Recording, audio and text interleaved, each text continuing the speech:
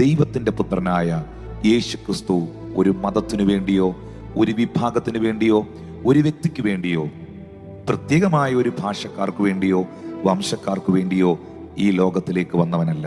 മാനവകുലത്തിന്റെ പാപവും ശാപവും രോഗവും വേദനയും തകർച്ചകളും മരണവും എല്ലാം യേശു കർത്താവ് തൻ്റെ ശരീരത്തിൽ ഏറ്റെടുക്കുമ്പോൾ അതവന് താങ്ങുവാൻ കഴിയുന്നതിനും അപ്പുറമായിരുന്നു. പ്രിയപ്പെട്ടവരെ, ഇന്ന് ഈ പ്രോഗ്രാം കണ്ടുകൊണ്ടിരിക്കുന്ന നിങ്ങളുടെ ഓരോരുത്തരുടെയും പാപവും ശാപവും രോഗവും തകർച്ചയും യേശു കർത്താവ് തൻ്റെ ശരീരത്തിൽ ഏറ്റെടുത്തു.